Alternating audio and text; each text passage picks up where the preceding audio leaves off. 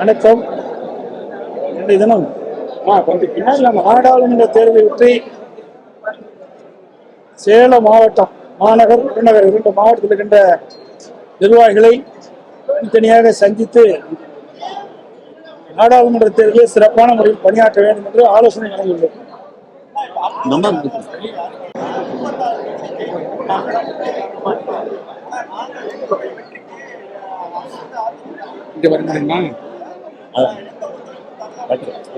அவரு வேடந்தாங்கல் பறவை மாதிரி அடிக்கடி கூட்டணி மாத்திட்டு இருக்காரு.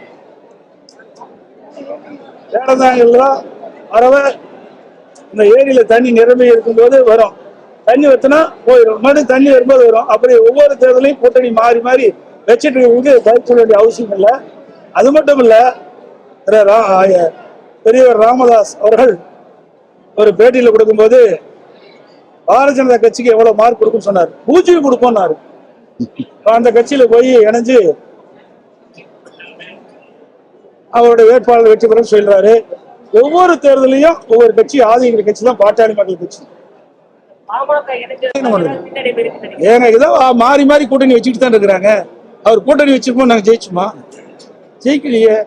2019 அவ்வளவுதான் கூட்டணி இருந்தது, 2021 அவ்வளவுதான் கூட்டணி இருந்தது. எங்க நாங்க வெற்றி பெற்றோம்? ஆக அதிமுகவை பொறுத்த வரைக்கும் கூட்டணி நம்பி இல்லை. கூட்டணி கட்சிகள் வந்தா வரவேற்போம்.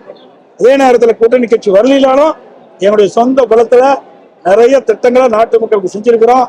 50 ஆண்டு காலத்துக்கு மேலாக என்னுடைய கட்சி துவங்கப்பட்டு பொன்விழா கண்ட கட்சி, 30 ஆண்டு காலம் ஆட்சி புரிந்த கட்சி. அதிமுக ஆட்சி காலத்துல தான் தமிழ்நாடு ஏற்றம் பெற்றது, உயர்நிலைக்கு வந்தது. இந்தியாவிலேயே இன்னைக்கு முதன்மை மாநிலமாக விளங்குவதற்கு அடித்தளம் வழங்கியது அதிமுக கட்சி. அதனால அதிமுக அரசாங்கம். அதனால கூட்டணி நம்பிதான் நாங்கள் கட்சி நடத்தல. அதாவது அதுல இருக்கிற நிலைமையை அறிஞ்சுதான் பொதுவில் சொல்ல முடியும். அதுல ஊழல் நடந்ததா இல்லையா அது நமக்கு எப்படி தெரியும்? இது வேறொரு மாநிலம். அந்த மாநிலத்துல என்ன நடந்தது என்று முழு விவரம் தெரியாத எந்த கருத்து சொல்ல முடியாது. நாளைக்கு ஏதாவது ஒரு கருத்து சொல்லி அவர் ஏதாவது அங்க ஏதாவது ஒரு தவறுகள் நடந்திருந்தாலோ இல்லையோ, தவறு நடந்திருந்தா தவறு, தவறு நடக்கலைன்னா தப்பு, அரசு பண்ணணும். நல்லா புரிஞ்சுங்க.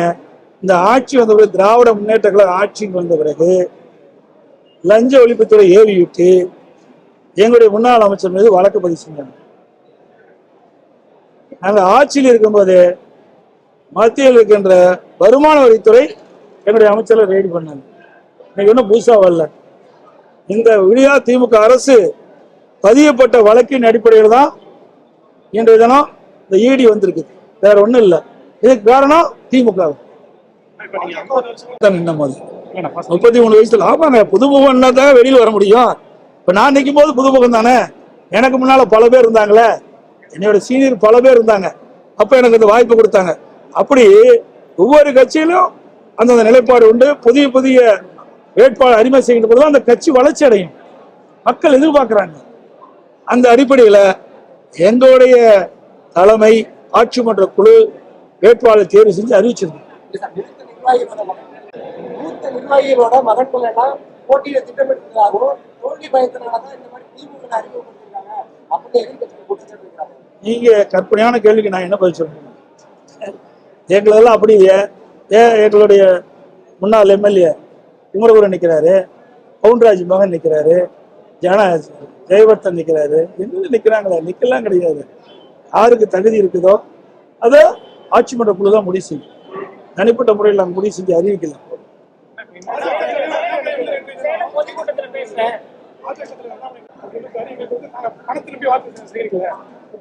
கூடமா பத்திரிக்கை பிடிக்கும், முன்னாடியே போய் பாருங்க. ₹1 செலவு பண்ணுவார பண்ண மாட்டாங்க. ₹1 செலவு பண்ணல டீ கூட குடிக்க முடியாது. ₹1 செலவு பண்ணினா டீ கூட குடிக்க முடியாது. குடி தண்ணீர் கூட ₹12 ஒரு பாட்டில், ஒரு ₹12 ஒரு பாட்டில். இன்னைக்கு பிஸ்லரி வாட்டர் குடிக்கணும், இல்லை பெரிய ஆளுங்க பிஸ்லரி வாட்டர் தான் குடிப்பாங்க. ₹12 ₹15 போட்டு தான் விலை வாங்கி தான் குடிப்பாங்க. அதெல்லாம் ஒரு பத்திரிக்கை செய்திக்காக வர்றத ஒழிய ₹1 கூட செலவு பண்ண முடியும்னு சொல்றதெல்லாம் தவறானது. அரசியல் சூழ்நிலைக்கு ஏற்றவாறு அந்தந்த கட்சி அந்த தகுதிக்கு ஏற்றவாறு செலவு செய்வாங்க. தேர்தல் செலவு இன்னைக்கு தேர்தல் ஆணையமே சொல்லியிருக்குது இவ்வளவு செலவு செய்யணும், அந்த நிர்ணயிக்கப்பட்டிருக்குது. அதனால தேர்தல் செலவு இருக்குதான் செய்யும். கார்ல போறோம், டீசல் அடிக்கணும்ல. இப்போ டீசல்ல தண்ணியில டீசல் அடிக்கிறதுக்கு செலவு பண்ணி தானே ஆகணும். அவர் மறுக்கிறாரா? எல்லாம் ஏடுபட்டு திட்டமிட்டு உங்களை செய்தி ஒரு பரபரப்பான செய்தி பத்திரிகையில் ஊடகத்தில் போடுவீங்க. நீங்க இப்ப அவர் கேட்கல, இப்ப சொல்ல தானே பரபரப்பான செய்தி என்ன கேள்வி கேட்கறீங்க? அதுக்கு இது உதவும். இதை அவரிடம் கேட்க வேண்டிய கேள்வி. இதை அவரிடம் கேட்க வேண்டிய கேள்வி. என்னிடம் இதை கேட்டால் நான் என்ன பதில் சொல்றது? சேலம் பொதுக்கூட்டத்தில் பிரதமர் பேசும்பொழுது அடுத்த 5 ஆண்டு கால தமிழ்நாட்டுக்கு ரொம்ப முக்கியமானது, ஊழலை தடுக்கிறதுல கடுமையான நடவடிக்கை இருக்கும். பிற அரசியல் கட்சிகள் கட்சிக்கு தான் சொல்லுங்க, பிற கட்சி ஆளுது. இங்க யார் ஆளுறாங்க? ஒட்டுமொத்த தமிழ் ஆளுகின்ற கட்சி தானே சொல்ல முடியும். ஆளாத கட்சி எப்படி சொல்ல முடியும்? ஆளுகின்ற கட்சி குறிப்பிட்டு சொல்றாங்க. இந்த ஆட்சி விடியா திமுக அரசு ஆட்சிக்கு வந்த பிறகு கடந்த 3 ஆண்டுகளில் கடுமையான ஊழல், எங்க பார்த்தாலும் ஊழல், ஊழல் இல்லாத இடமே கிடையாது. போதைப் பொருள் விற்பனை, திமுக நிர்வாகிகளே வெளிநாட்டுக்கு போதைப் பொருள் கடத்தக்கூடிய சூழ்நிலை பத்திரிகையில் ஊடகத்தில் நீங்க வெளியிட்டீங்க. அப்படிப்பட்ட நிலைமையில இன்றைக்கு தமிழ்நாட்டை காப்பாற்றணும்னா நான் ஏற்கனவே சொன்னேன், இந்த தேர்தலில் அண்ணா திமுக வெற்றி பெற்றா தான் தமிழ்நாட்டை காப்பாற்ற முடியும்.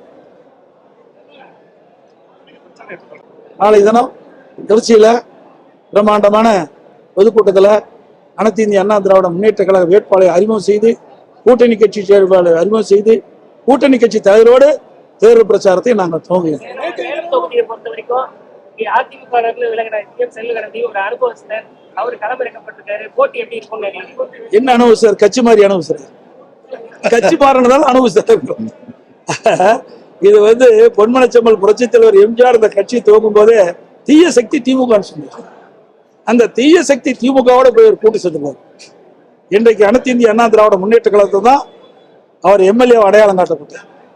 அனைத்து இந்திய அண்ணா திராவிட முன்னேற்ற கழக தொண்டர்கள் நிர்வாகிகள் இரவென்றும் பகலென்றும் பாராமல் ரத்தத்தை வீரியாக சிந்தி அம்மாவுடைய ஆணை ஏற்று, தமிழ் கழகத்துடைய ஆணை ஏற்று திருச்செங்கோட்டில் உழைச்சு அவரை வெற்றி பெற செய்து அமைச்சராக்கினாங்க. அதுக்கு பிறகு நாடாளுமன்ற உறுப்பினர் ஆக்கினாங்க. ஆகவே இந்த கட்சிக்கு மிகப்பெரிய துரோகம் செஞ்சிருக்கார். இந்த துரோக செயலுக்கு நம்முடைய சேலம் மாவட்ட மக்கள், சேலம் நாடாளுமன்ற தொகுதிக்கின்ற வாக்காளர் மக்கள் தகுந்த தண்டனை அவருக்கு வழங்குவார்கள். இந்த தண்டனை தோல்வி. நன்றி, வணக்கம்.